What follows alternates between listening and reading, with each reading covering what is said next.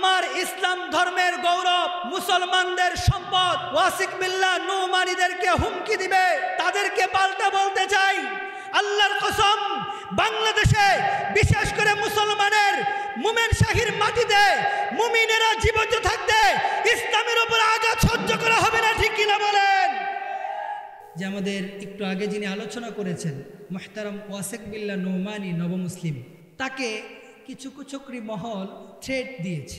মুমেন শাহীর মাটিতে এত বড় কলিজা কার, তার কলিজাটা আমাদের দেখার আছে, ঠিক কিনা বলে? অপু সাহেবকে বললাম যদি আপনি ট্যাগল দিতে না পারেন আমি রিয়াকশন নেওয়া লাগলে নেই, বললো না দেখতেছি। তারপরেও যেই বিষয়টা সামনে এসেছে, মুহতারাম ওয়াসিক বিল্লাহ নুমানী হিন্দুর গড় থেকে মুসলমান হয়ে ইসলাম গ্রহণ করে প্রায় হাজার খানিক মানুষ যার হাতে ইসলাম গ্রহণ করে ইসলামের ছায়াতলে এসেছে, আমরা মুসলমানেরা বেঁচে থাকতে তাকে মুমেন শাহীর মাটিতে থ্রেট দেওয়া হবে আর সে মাটির উপর জিন্দা থাকবে, সেটা হতে পারে না, ঠিক কিনা বলেন? আমরা তো কারো উপরে থ্রেট দিতেও চাই না, কারো সামনে আমরা এই বিষয়গুলো নিয়ে খুব বেশি কথা বলতেও ইচ্ছুক না, মাথা ঘামাইতেও ইচ্ছুক না।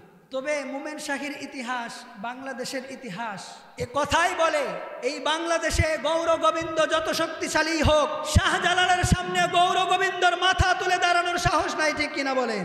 আর সেই বাংলাদেশে গুটি কয়েকজন ইসকনের নাম দিয়ে আমার বোনদেরকে দর্শন করবে, আমার আলেমদেরকে কিডন্যাপ করে এক প্রান্ত থেকে আরেক প্রান্ত নিয়ে ছেড়ে দিবে, আমার ইসলাম ধর্মের গৌরব, মুসলমানদের সম্পদ ওয়াসিক বিল্লাহ নুমানীদেরকে হুমকি দিবে, তাদেরকে পাল্টা বলতে চাই, আল্লাহর কসম, বাংলাদেশে বিশেষ করে মুসলমানের মুমেন শাহীর মাটিতে মুমিনেরা জীবিত থাকতে ইসলামের উপর আঘাত সহ্য করা হবে না, ঠিক কিনা বলেন? এটা আমাদের সুস্পষ্ট বার্তা।